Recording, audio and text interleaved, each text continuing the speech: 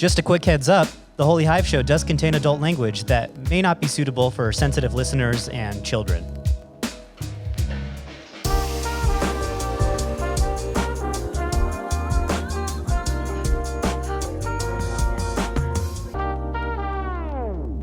Hello, and welcome to the Holy Hive Show. I'm Jordan Delacruz here with producer Dan Lawler. Dan, how's it going? It's going pretty well. The state's falling apart. The country's on fire.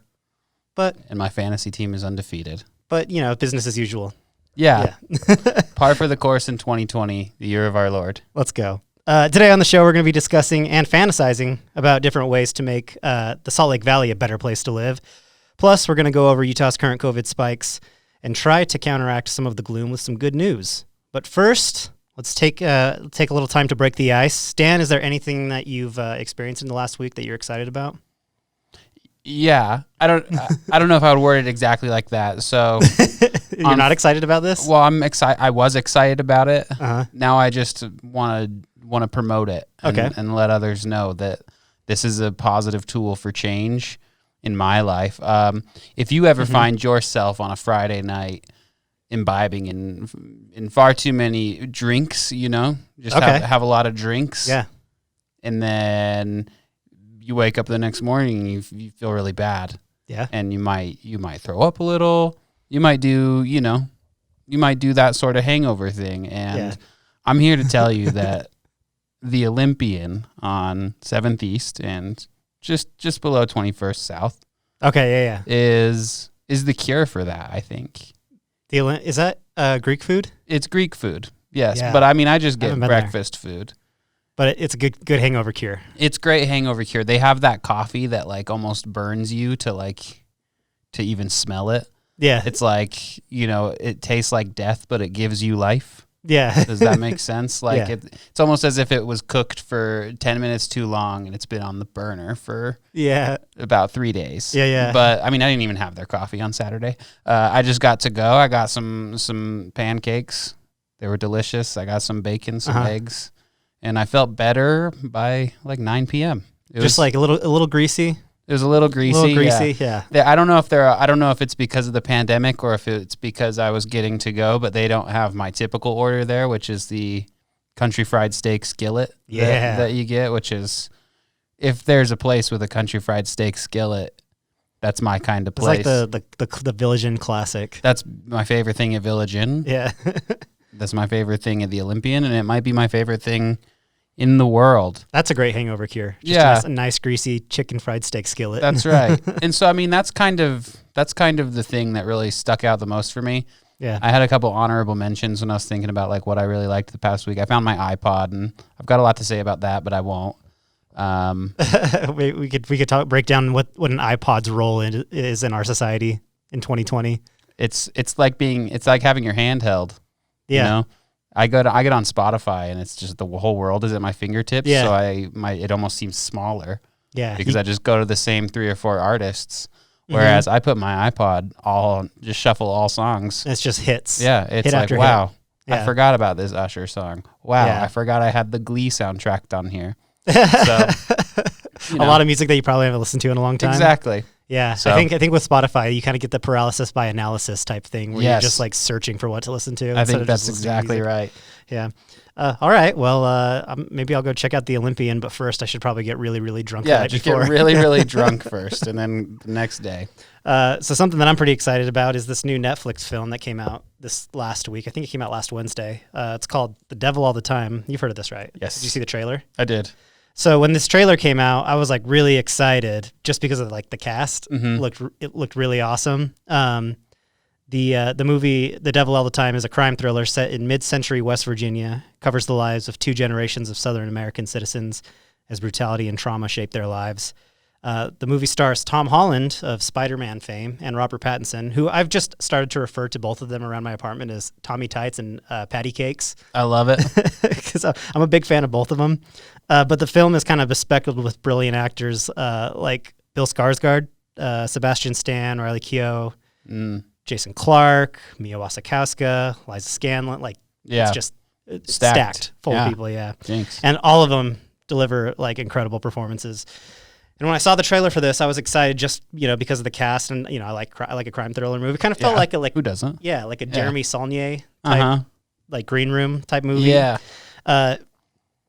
So I checked it out, and the plot kind of covers a lot of, because it like stacked cast, so there's a lot of characters and a lot of threads to tie up, and a lot of the characters don't really know each other until they bump into each other. Yeah. I kept calling it podunk fiction because it was just like a bunch of characters who don't really know each other until they have like an event, that brings them together.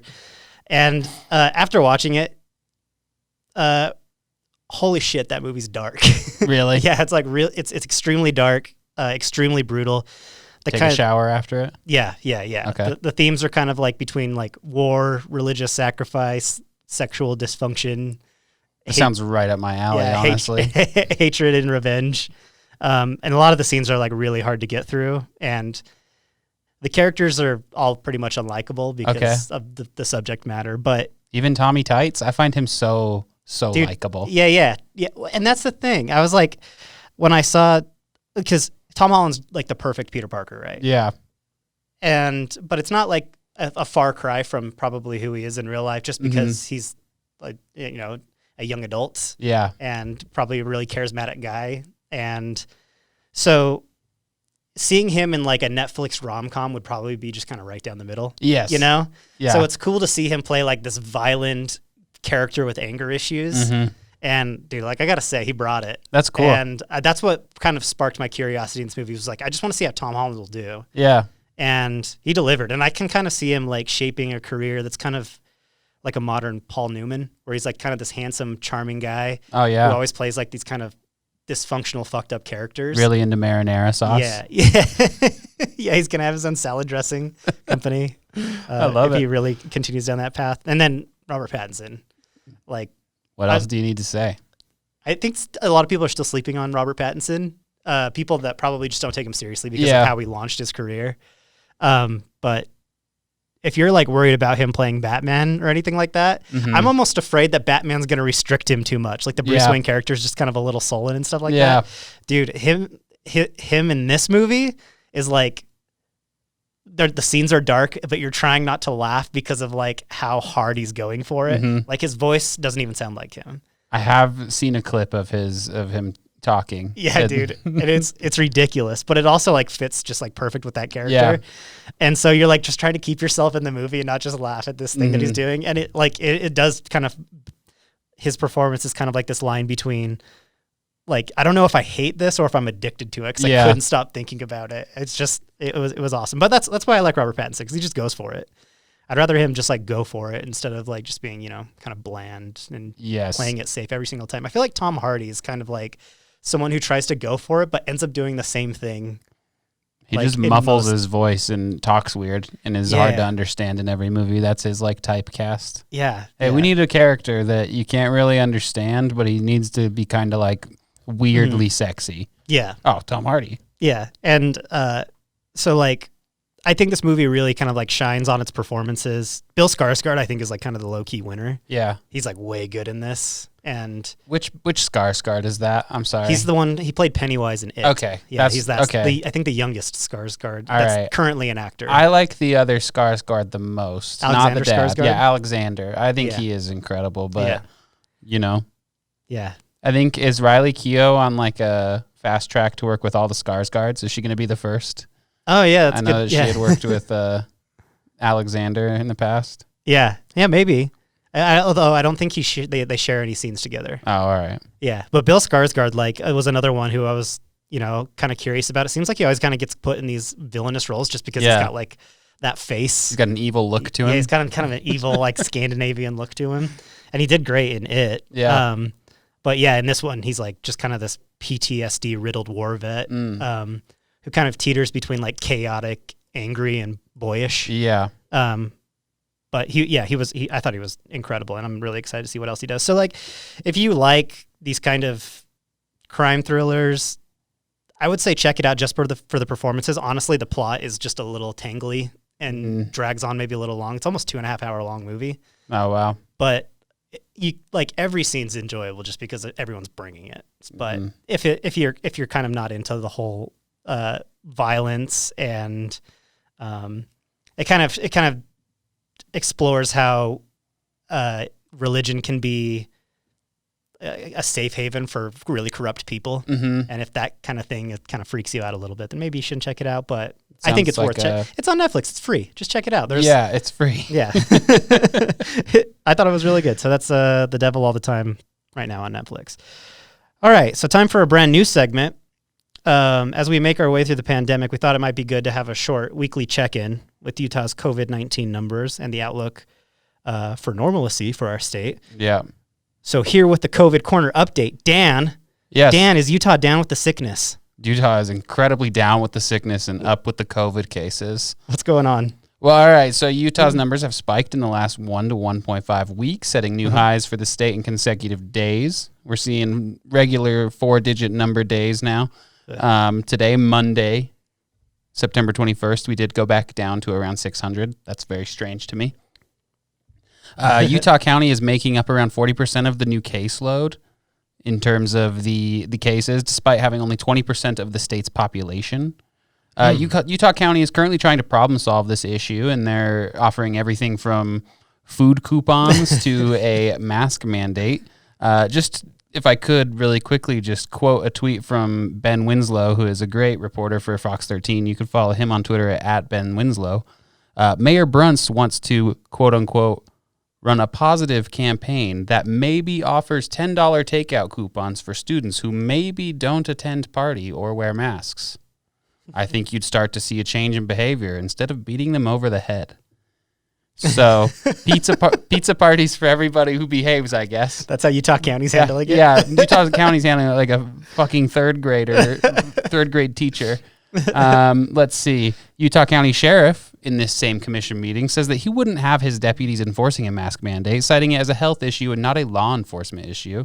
And this is kind of fucked up to me, as lives are on the line. I mean, there are quite a few things that, not even talking cop shit, but like quite a few things that are very victimless. Yeah. That cops bug people for. Maybe we could bug some people for true victim things. Going back to the public exposure analogy with, masks and pants. Yes. I feel like if I'm gonna go out in public naked, and if a cop tries to stop me, I'd be like, "This isn't a law enforcement issue." It's a health. Yeah, this is a health issue, not a law enforcement issue. And then finally, Chris Peterson, the Democratic nominee for Utah governor, released a statement calling for Governor Herbert to remove Lieutenant Governor Spencer Cox from the COVID-19 task force, citing his his qualifications as the main concern there. And just like outward fence sitting on the whole issue. Yeah. It's an election season. He's trying to play nice with both sides, but it's a pandemic. Yeah, I understand that. Like, look, you're in Utah, bud. Like, you don't have to fence sit. People are going to vote for you. You're the Republican nominee for governor. You're going to get votes. Yeah. Just go ahead and do what you feel is best, or get off of the committee. I think that Chris Peterson has a good point here. I don't really care if he's on the committee either way, but I do think the points are absolutely valid. Yeah.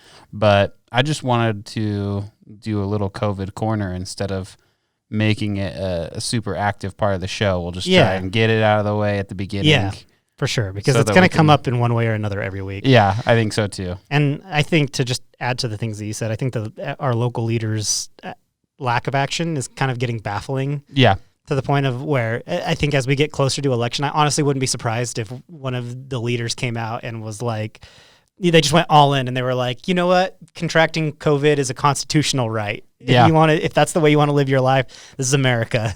Sure. I just honestly wouldn't be surprised if they just came out and said that just to secure their votes for a certain group of people. I mean, and they would kind of be validated in taking that stance because look at what's going on in Utah County. People that's the vibe down there. And also in that Salt Lake Tribune article that we kind of got all this information from, I like how they showed the line graph of the COVID cases and how it's steadily going up, but then they put it against the color-coded risk phases. Yeah. And that cases have steadily been going up, and then we've had these dramatic spikes, but the risk phases have been more lenient as we've gone on, just lower and lower. It makes absolutely no sense. It's all very backwards. Yeah. So that'll do it for this week's COVID Corner. Let's get to the news.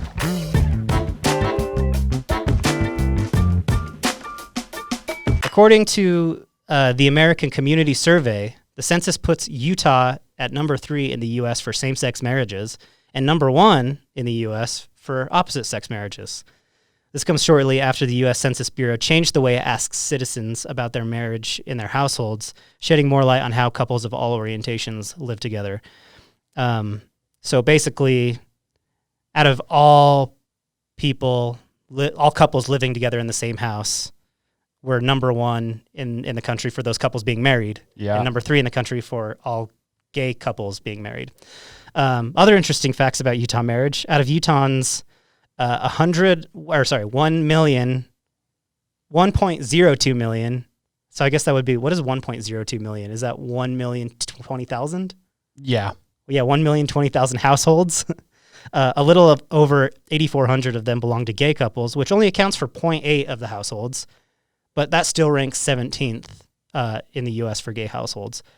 Female same-sex marriages outnumber male by a 3-to-2 ratio. However, when it comes to non-married same-sex cohabitation, male couples outnumber female couples, which goes to show that no matter your sexual orientation, dudes have commitment issues. These statistics seem kind of obvious for many reasons. Utah is very family-oriented, mostly due to the religious roots of our communities. But as stated in the article by the Trib, the right to marry is especially prized in Utah.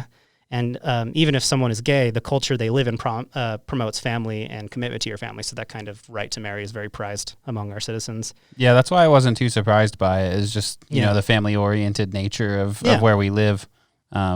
You know, because I don't think it's necessarily abnormal anywhere to want to get married, but it just seems like, man, the amount of people I know that got married, like, before they could buy alcohol is, you know, is surprising. Yeah, so. And that's something that's actually, that specifically, like, marriage itself is probably not a crazy concept outside of Utah. No, but it is actually really crazy for people in other states to see their friends get married, like, immediately out of high school and stuff like that. For sure. So do you think, so after reading this, I was thinking about, like, our generation, and so I guess we would classify as millennials, probably like in the younger millennial category. Thinking about millennials and like Gen Z, and especially after something like COVID-19, something as traumatic as COVID-19, what like marriage would actually mean to these generations. And we could probably dig much deeper onto this, but for the sake of simplicity, what's your like marriage take in 2020? My marriage take? Yeah. Oh, dude, I'm a romantic. I like it. Yeah. I think marriage is cute. Okay. I like a good party. Yeah. Mazel tov, you know, all that sort of stuff. It's fun. And yeah, weddings are just mad cute to me. Yeah. So. Okay, so you like the kind of the pageantry of it a little bit? I like the pageantry, and I'm sure I would get down on the tax breaks of it all too. Are you a good wedding guest? I don't know. Do you dance? I will dance. Yeah. I think I'm just kind of a corner guy though. Yeah. Probably kinda a good conversation. Yeah. You know? I like to talk to people. I'll catch up. Yeah. You know, I'll get a little drunk. Have you given a toast at a wedding before? I've never given a toast. No, that would scare the shit out of me. Yeah. So. So I'm a child of divorce, and so is my significant other. So naturally, our view of marriage is a little different. Yeah. I think a lot of the superficial aspects of marriage, like mostly the things that put pressure on people, like the financial pressure, and then like the social pressure. So like everything from like proposing and making sure you get that right. Yeah. And that kind of pressure. And then the pressure to have like a blowout wedding and have something that's impressive. Just kind of, to me, is just like what's the point? Like that's not what it's about. Yeah, it's like a little much. I do like a party, and I do I've been to weddings that I've had a blast at. Like I've also been to weddings that I've been like, what are we doing here? Oh yeah, me too. You know? Me too. And I think that mostly has, you know, to do with the people that are getting married rather than the celebration of it. But a lot of it just kind of feels like a performance to me, you know? Yeah, and I think that's exacerbated by social media for sure. Yeah. Especially the proposal stuff and like just like, I don't know, it's all kind of like, oh, here are the 9 pictures that my friend hid out and took of me proposing. Yeah. Here are the 9 pictures that my friend hid out and took of her like showing me the dress for the first time. Like the dress reveal photos, the marriage photo, like it's all a lot. And they're all just kind of like desaturated a little bit and orangish, reddish, that Mormon mom photography studio style. Yeah. That I don't particularly love. And I think that's kind of reinforced by what Amanda Dobbins from The Ringer would call the wedding industrial complex. Yeah. Which is like there's this whole industry that says that your wedding is not big enough, that you need to keep going to the next level. That not only do you need to pay a photographer to be at the wedding, but you need to pay a photographer to go to all your bridal shopping things. And that's and way too much. It's just, it's so much. And I think that like pop culture and like just, general American capitalism have kind of blown out the idea of what a wedding should be. Well, have you ever seen an Indian wedding? Oh, yeah. We don't have it the most blown out. But yeah. I would love to go to an Indian wedding. I would that too. Would be awesome. That looks like a good time. So, but like, I do think there's still like our benefits. Like, I mean, obviously there's like the commitment aspect of it. But again, I think if you're kind of comfortable and open and feel secure with your partner, then it's probably not that big of a deal. But again, all the fine print kind of tax incentives, and all the legal things that come along with getting married, visitation rights in hospitals, like that's kind of it is kind of insane to me that it's like you have to like prove marriage to like for visitation rights in a hospital situation. Like, man, that's weird. So like there are those benefits, but then again, some of those benefits are like, why is this tied up in marriage? Exactly. Yeah. I guess Utah will continue to be the marriage state. It's kind of funny. What were the number 1 and number 2 for gay marriage? Were Montana was number 2 and North Dakota was number 1. What's up with that? I wonder if it's almost like I mean, I don't want to put words into anyone's mouths, but like we live in these 3 states are pretty right-leaning states. Yeah. Incredibly right-leaning states where that sort of lifestyle is probably a bit harder to, it's almost like this was hard to get. Let's get married. Yeah, it's like it's a prized thing. Yeah, it's almost as if like, well, shit, they might take this away. Let's get married. Hurry. But I don't know. Yeah. It is. I was super surprised by the North Dakota thing. Not so much by Utah, honestly. The Utah thing didn't surprise me that much with the whole gay marriage. But that's funny because like same-sex marriage. So like Montana and North Dakota right next to each other in this kind of like vast open area of northern United States. And then, so we're talking about the gay marriage statistic where we come in at number 3. We come in at number 1 in opposite sex marriage. Yeah. And then the other 2 behind us are Alabama and Mississippi. Yeah. Very strange. And I guess it's tied to the religious thing. Probably. I guess, I don't know, maybe the double B, dude, the Bible Belt. Yeah. So, again, reinforces how friggin' weird Utah is. But anyway, let's move on. So we have another new segment. We're just busting out new segments left and right during this episode. Where we're going to focus on some more positive stories floating around Utah. So this is Good News Can't Lose. Good news can't lose. We need a drop for that. Good news.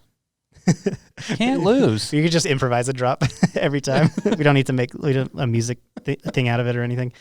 Okay, so the first good news story. It turns out that one man's life-crippling year of pandemonium and social unrest is actually another good boy's saving grace. That's right. Nuzzles & Co., an award-winning pet adoption agency in Summit County, has reported that pet adoptions are up 40% since the pandemic hit Utah.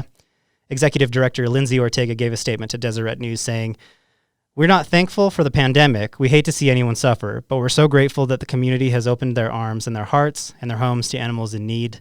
It's amazing. Until March, it was difficult to place this amount of pets into homes, and now adopters are coming out of the woodwork." Nuzzles & Co. has also found success in their pet pantry program, where they use a van to distribute pet food and supplies to people struggling financially with this year's pandemic. That's awesome. That is so awesome. Yeah. Never even heard of this place. Nuzzles & Co.? Nuzzles & Co. Yeah, I think I've heard of it, but the one that always seems to come through the news is the Best Friends Animal Shelter. Yeah, Best Friends is the one that I'm quite familiar with. Yeah. But I specifically love the pop-up pet pantry. Yeah. It's fun to say. Yeah, pop-up pet pantry. It helps people a lot. Yeah. Helps animals out too. Animals and people alike. Mm-hmm. I hope that doesn't lead to, damn it, no, Dan, it's Good News Corner. Yeah. I mean, I hope it doesn't lead to like more pet abandonment.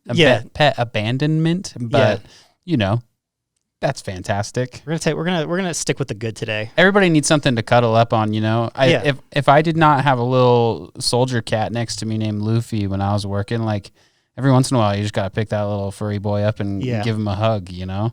Like I don't know what I would do just all day alone. It's boring. Yeah, and I'm a lover of all animals, though I don't own any, which really sucks. My significant other is allergic to almost anything with fur, and I'm currently pretty desperate to have some kind of, and I think it just has been exacerbated by this whole pandemic, but I just like really want, like I was to the point where I'm like, okay, we could get a bearded dragon in a little tank that can like run around the house and it won't make you sneeze. She's like, allergic to high power bills. Yeah. Yeah, that's exactly. So and actually it's funny, on Saturday we went rock climbing, and then afterwards we went with her brother to his house to meet his new cat. Oh yeah. So he got this new little kitten that's cute as hell. Yeah. And even though she's like allergic to him, she's like petting him and loving on him. And then she's like dragging her feet out of the house. Like when we left, she's like, I want a cat so bad. Cats are cute. So it's really awesome to see that our local pet shelters are finding success in the face of this awful year. Also, I can't help but think, it's just like a weird thought that I had when I was reading this. The work from home revolution, I think, is going to be good for pets too, as well as humans. I think so. Yeah. But also at the same time, bad for pets. How come? Attachment. So like speaking to some of the people that I know that have pets, like they're constantly home now. So when they do leave, it's like the end of the fucking world for their dogs. Yeah. You know what I mean? Like, so I think it's definitely good, but also, you know, makes them a bit weaker. That's a good point. I guess that all comes through in the training participation like trophies for dogs now, I guess. Yeah. We're coddling your dogs, these snowflake dogs. All right, so our next good news story. Local homeless relief advocate Pamela Atkinson cut the ribbon this week on her new project, a 5-story facility that will act as an apartment complex for Utah's homeless, with an emphasis on treatment for those suffering from disabilities. Pamela's Place Apartments consists of 100 units and will provide indefinite shelter to Salt Lake City's homeless population. While indefinite means residents won't live there forever, it does mean that tenants won't have to worry about being evicted or displaced. The complex will also offer services to residents, including counseling, mental health services, physical health services, and access to psychiatry, which is unusual for homeless facilities. In her speech at the ribbon-cutting ceremony, Salt Lake County Mayor Jenny Wilson said, "We continue to be in a journey with homelessness. What we do know is that permanent supportive housing is very, very much a priority and key to the self-sufficiency and success of our homeless population." Pamela Atkinson, local hero. Local hero, for sure. Yeah, it's nice because it seems like we're always kind of waiting on the government to do something about like the homeless problem.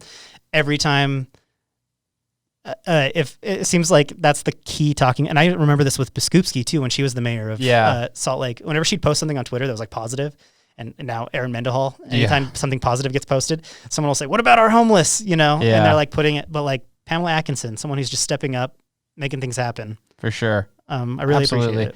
I think that specifically what you cited about the focus, so there's gonna be staff on hand 24/7. So if anybody like needs help, you know what I mean. But the focus on the mental health aspect is what I found to be so kind of uplifting to me. Yeah.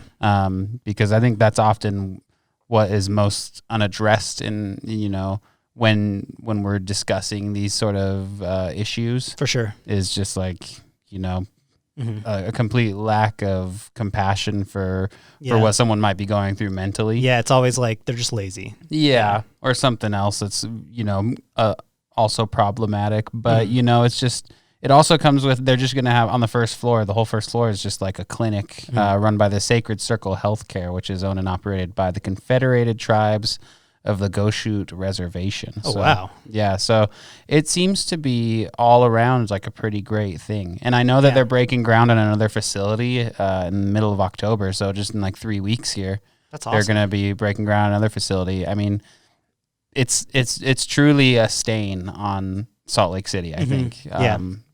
And so I do think that as much as we can help and, you know, and try to open places or, you know, volunteer time or whatever. Yeah.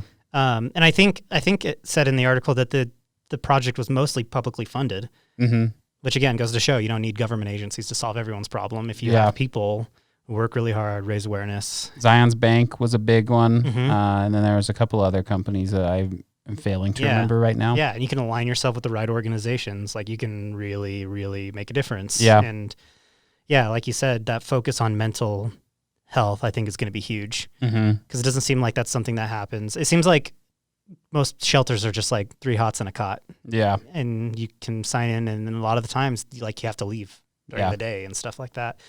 And so I think this will go a long way. And if they could, again, another thing that's probably not addressed as much, but is a huge problem in the homeless issue is just drugs. Yeah. And that people look at drugs as like, well, they got to kick drugs and then they can do whatever. It's like, it's not, you don't just, especially if it's something like meth or something, more chemical or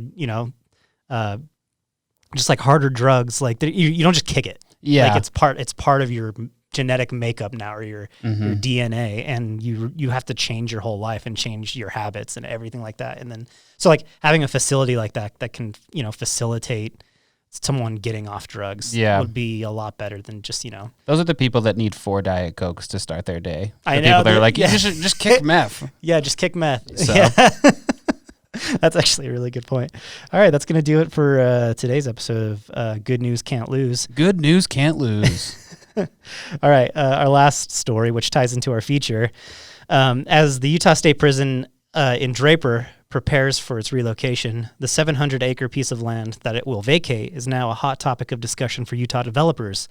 The Point is what developers are calling the location, nestled in the center of Utah's technology corridor.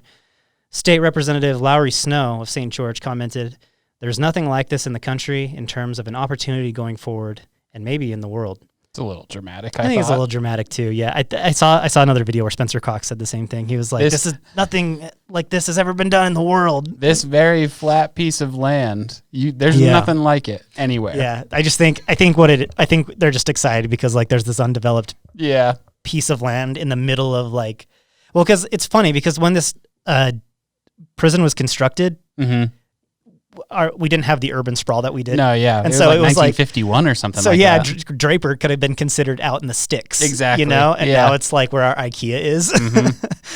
So I think they're just like, oh, we get rid of this prison, then we have this prime piece of 700-acre land, and it's right next to the freeway and all this stuff, and they're getting really excited about it. Yeah. In an article for the Salt Lake Tribune, Tony Semerad writes, "Since planning for the site started around 2015, the area has been envisioned as a high-rise urban center focused on research, or as a kayak park laced with wide swaths of open spaces and trails, or swarming with flying cars, or even as a home to a new National Football League team and stadium." So he's just kind of talking about all the fantasizing that's been going on since 2015 about this space. Yeah. And Jay Evanson, a columnist for Deseret News, even threw out the idea last week that a towering monument like the Eiffel Tower or Space Needle could be a cool possibility. Yeah. Can we get rid of that one in Draper that's there now? That weird the U2 stage thing? That stupid spider-looking thing that the aquarium was like, we got to get it. Dude, was it the aquarium that said that acquired it? Like, yeah, were they the ones it's a part of the aquarium now, I think. And was it just sitting in some storage after that concert? I have no idea. We got to look into how that came about. But right now, it just looks like a 1950s B horror movie villain, like War of the Worlds type thing. It's so strange. It's really odd. Either way, developers are of the Point project are asking for input from Utah residents by completing a survey called Make Your Point, which can be filled out online at thepointutah.org. Man, strong marketing team there. Yeah. I don't know. Get it because it's the point of the mountain. It's the point of the mountain. Yeah. So you call it the Point. That's a good point. I get the point. So what do you think? After everyone's being ambitious, everyone's throwing ideas at what this should be. What do you think we should do with the old Draper prison site? I couldn't get my mind to go anywhere else once I read that Tribune article and it mentioned the NFL team. Like was, I immediately started thinking, okay, so how would this work? And this is what I think. The LA Chargers played the past 2 years before this year in a soccer stadium in LA. that soccer stadium had the capacity of 27,000 people. That's how many you could fit in there. Mm-hmm. Just for context, that's 34,000 less than the next smallest stadium in the NFL, which is to my beloved Chicago Bears at Soldier Field. Mm-hmm. It's because it's a historic stadium. Yeah. And so like the Chargers could never fill up the stands even with that super, super small capacity. And now they are tenants at the biggest NFL stadium in the country in LA. Yeah. SoFi Stadium, the new one that just opened. Yeah. I just say, let's move the Chargers out here. We'll just move the Chargers out here. We would be able to, Utah would fill that stadium. People can say whatever they want to about Sundays and the Sabbath and all of that. People would go to that. I agree. I think people would. People fucking love Utah sports in Utah. And I think it would scratch an itch that our current professional team, I mean, like other than the Jazz, which kind of has this legacy fandom and stuff like that, but like, I think people would just like die to see not only like an awesome like Utah NFL team, but like see other NFL people. Like if you saw Tom Brady in Utah, like throwing passes, people would pay huge money to come see that. They would go, for sure. And especially right there, like we're having a lot of transplants into Utah County, I think, from California, so you're going to have Chargers fans already built in there, I bet. And just in terms of like that whole Sabbath thing, I think that those people are less likely to take that as seriously. I just think it's a great idea and we should do it. Here's a pitch for the title sponsor. All right. The Rocky Mountain Power Stadium for the Utah Chargers. There you go. Also, I have to apologize to Amelia out in LA for talking about sports consecutively for like 3 episodes. Oh, no. I think we kind of bordered with the sports talk a few episodes ago. What was the sports talk? I don't even remember. It's just second nature. I think we were talking about pay for college sports players. Yeah. Sorry, that's a human rights issue, Amelia, not a sports issue. Okay, so I'm a big fan of like the idea of turning the space into something for the public. Okay. I think we have so many commercial spaces already in along, the I-15 corridor. Mm-hmm. And a lot of them now are kind of vacating because of everything. Like we need businesses to fill those spaces that we already have. Yeah. And also I just don't get building housing right next to the freeway. Like it's just we have so much space. Let's just build housing everywhere. It's the Utah way.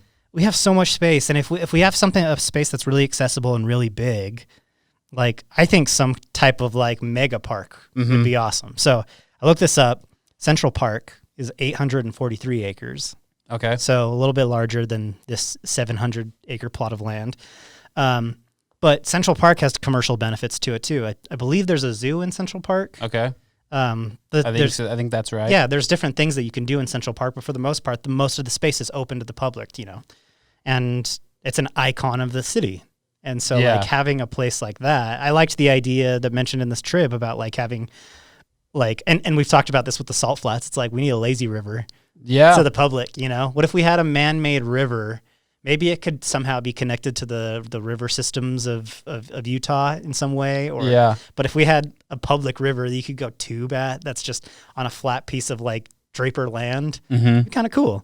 Or, have a picnic, watch an outdoor movie. I mean, outdoor things are going to be a lot bigger moving forward from here, I think. So having a huge, cool space, you could, build an artificial forest throughout that whole space, and driving by it on the freeway, people would notice it and be like, holy shit. Truly. So that's kind of, I know it'll probably end up being developed into some kind of like tower or it's just apartment complex with paper walls, and whatever it's gonna be, it's probably just gonna like make pollution worse and make it's just and then again, if we had a park, it would probably add less to pollution and maybe a little more to oxygen if we planted a bunch of trees. I started the survey that they are offering at Make Your Point. And renewable energy like wasn't mentioned in there at all. So I thought that was a bit troubling, deflating. Yeah. But there is an add your option for what's important to you, so I put that. So and part of me does wonder if they already kind of have in mind what they want to do. They probably do. Yeah.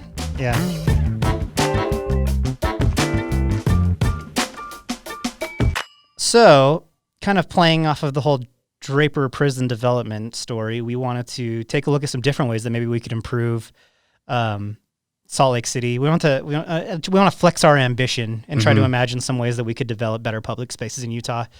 So we're going to talk about some ideas for urban development, split up into 3 categories: entertainment, recreation, and transit.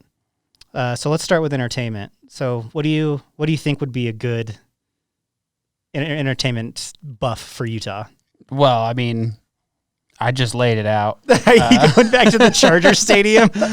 Just the NFL stadium would be pretty sweet. If not that, let's get like, we don't need like the Utah Film Center and Salt Lake Film Society, as much as I love them, to be like putting up these makeshift drive-in theaters. Let's get some nicer drive-in theaters for Salt Lake. Yeah. You know? Yeah, that's something that like, and you probably wouldn't have said that a year ago, you know? No, I really would not have. I'm not actually a big fan of the drive-in experience. But I think part of that too is because drive-ins came from like a mid-century kind of fad type thing, you know?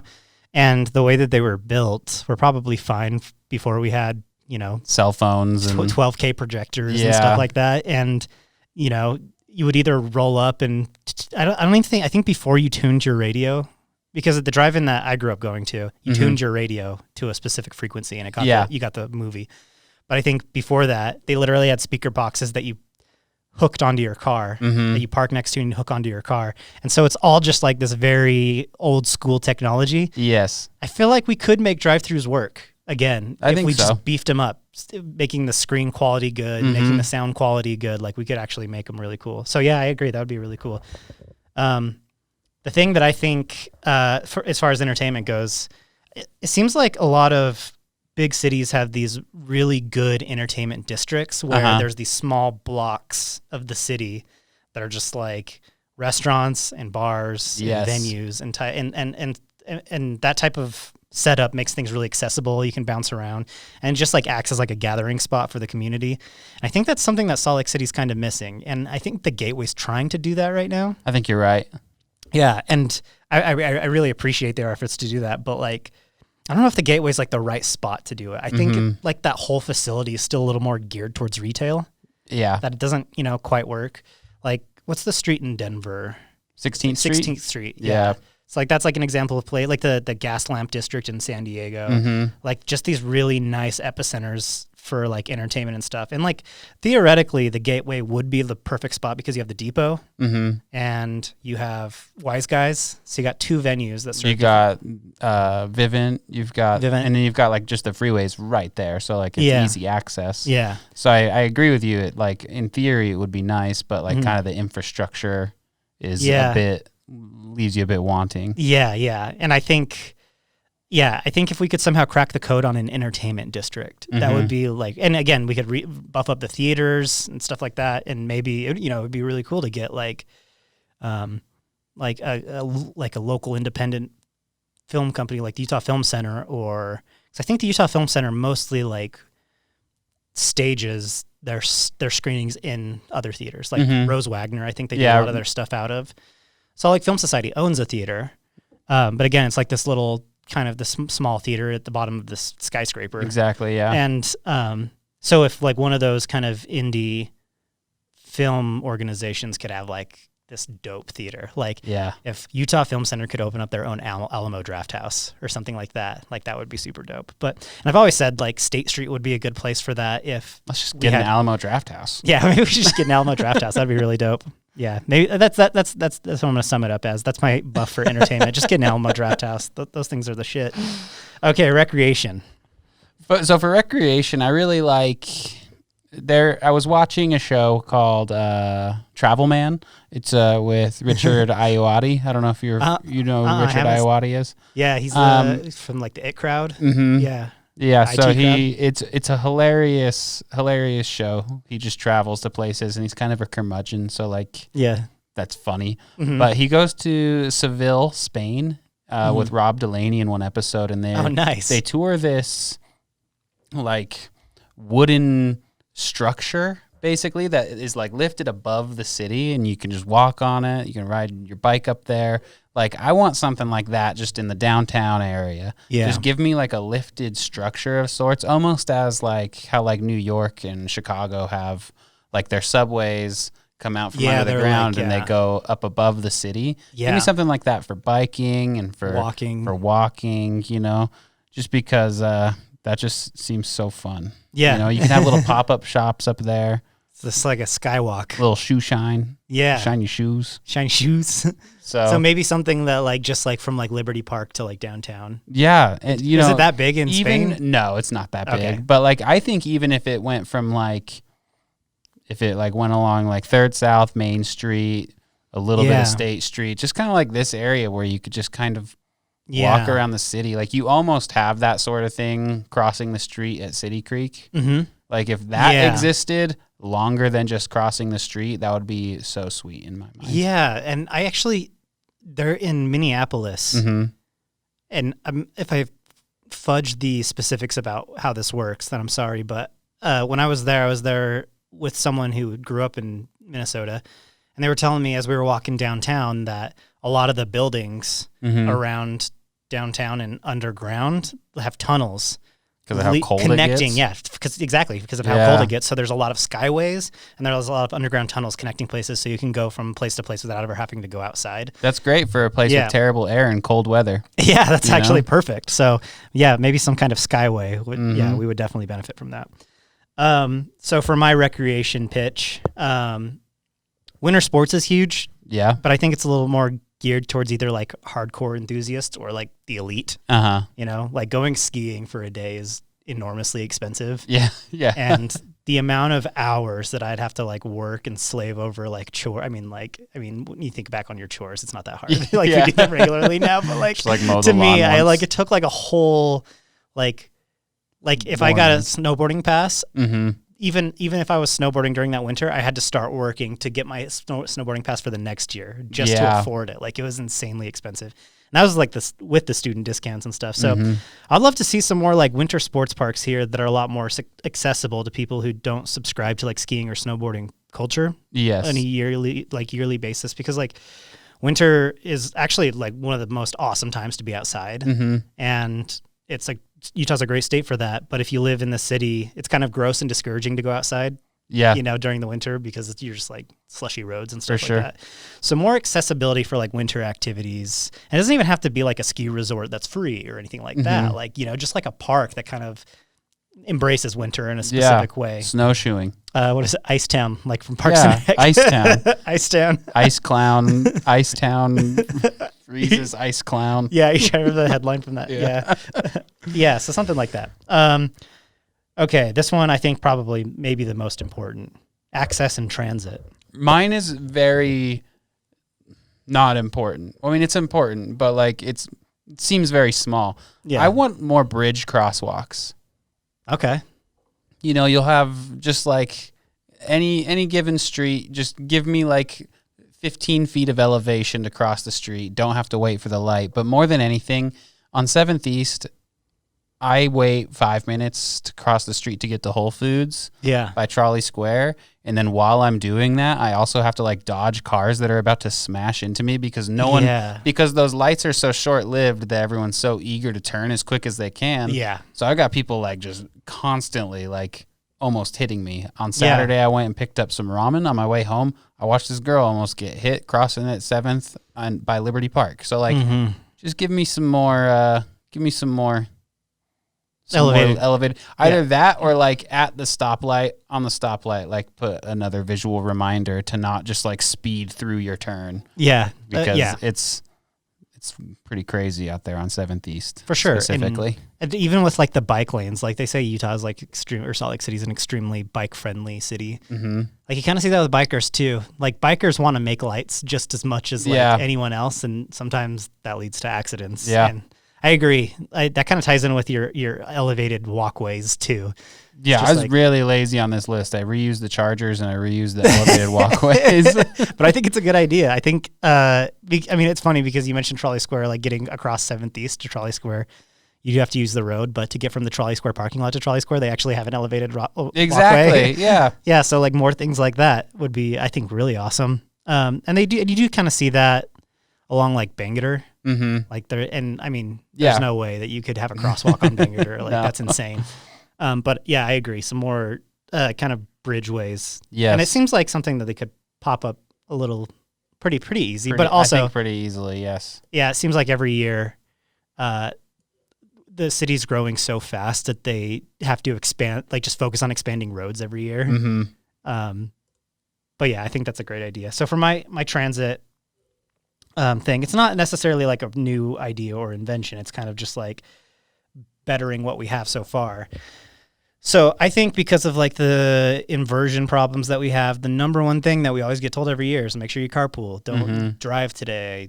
Don't do this. Don't do that. It's always comes down to like people in their cars. Yeah. And if we're going to be pressured into carpooling or taking public transit to help our inversion issues, then I think Utah needs to step up and create like a public transit system like no one else has ever seen. Like we should be leading the way on public transit. Absolutely. In this valley at least. And I think to do that, we should expand our light rails to more cities. Like I love the little Sugar House S line because it kind of punches up 21st, but could still get you down to the main area. So like having those little kind of connecting things, and it doesn't have to be like, you know, a trolley car on every single street. True. But just these like tiny little connecting trolleys, like the S line. I think we need more of those that go through maybe like Holiday and Mill Creek and stuff like that. Even up north too. Yeah, into Ogden. Into Bountiful, into, you know, just like if you take the front runner, like if you wanted to get to Bountiful, it would take you so long to get to Bountiful from like where I live downtown. Like it's just like I have to take a bus to the front runner, take a front runner to Bountiful, take a bus to where I'm going in Bountiful. Like it's just like, what is this? Yeah, and I think we kind of have the bones of like a great transit system, but I feel like there's a couple things that we could maybe beef up that would make it like insanely good. Yeah, and it would be awesome if like, because like I used to take the bus from Sugar House to downtown for work every day. Yeah, and that was like 40 minutes to an hour, depending on traffic and stuff like that. I would actually try to catch the bus early and then leave early from work just so I didn't hit the crappy bus route. Like there was a few bus times that I knew I'm like, that's going to be a 40-minute ride. That's going to be a 40-minute ride. And so it would be cool if you lived anywhere along the Wasatch Front from Ogden to Provo and you could hop on public transit and get there just as fast, if not faster, than if you would have just drove a car. Yeah. And also I kind of had this idea, and I don't know how it would work in Utah, but I know in Seattle that they have certain roadways where their Department of Transportation, they've like identified these roadways as like essential to getting a workforce to downtown and out of downtown. So it's like they see a lot of congestion there. And so they designate these roadways during certain times of day for public transit only. So like during 2 hours before work starts or an hour before work starts, buses have priority on those. And it encourages more people to take the buses because they can actually get downtown fast and back and forth really fast. And I think finding out we might have to build more roads, but we might be able to just plan things accordingly that would work really well like that. So finding a way that allows buses to get around a lot easier. And also I was kind of thinking about this too. I don't know how this would work legally, but what if like UTA had its own kind of like rideshare program? Like a Uber? Yeah. What if there was Utah Uber? Not a bad idea. Yeah, I think that would be pretty cool. Like you could vet drivers, create more jobs and stuff like that. I think that's a great idea. Yeah, and you could package it with a bus pass. Yeah, like if you had a bus pass, you can use that to pay. For your Uber ride. It would keep the money in our state, and I don't think there's any like copyright thing or anything that would stop us from doing that. No. And, maybe the expensive part of it is instead of having people use their own cars, you make your own fleet of cars and you have drivers that do. So it would be, I guess, closer to a taxi cab thing. But if you kept it competitive with Uber and stuff like that. I think the big thing with Uber is the app, Yeah. I mean, I haven't used a cab in a long time, but like every time I've used a cab lately, it's been in a big city where a cab's just sitting there, so I can say, hey. Yeah, you're like, but like, might as well. The apps on Uber and Lyft are the things that are great. Like, okay, I want to go to here and here. Like, you don't have to like you don't have to talk to somebody if you don't want to. Yeah, yeah. And if, like you could set it up in a way where you have an entire fleet of people driving people to work. So now UTA is kind of leading the carpool revolution with their rideshare program. And so like that, honestly, that would be pretty cool. I think that's a great idea. If the state could come up with something like that. All right. So, we're going to, that was our ambitious plea for urban development. We'll see what they do with the point. Mine was a little less than ambitious. Yeah, you're just like, let's get a football team here. Mine was ambitious. Yours was ambitious. Yours is just a little vicious. Yeah, just a little vicious. So yeah, we'll see what happens with that. Anyway, that's going to do it for the Holy Hive Show today. Make sure you check us out on Twitter and Instagram. This is a little update for the Twitter. So the handle Holy Hive Utah got locked like 2 weeks after we got it on Twitter and hadn't been unlocked until just last week. And so we've been operating on Holy Hive UT. Now we're going to move back to Holy Hive Utah. We're just going to what we're doing now is we're laying the groundwork to just have 6 different handles and you follow all of them. Yeah, exactly. And you just have to guess. Yeah. No, really though. It's Holy Hive Utah. Yeah. So now moving forward, the Instagram and Twitter handles will match the website, Holy Hive Utah. So go check us out on those platforms and make sure you're subscribing to wherever you get podcasts and on YouTube. And we'll see you next week. Goodbye.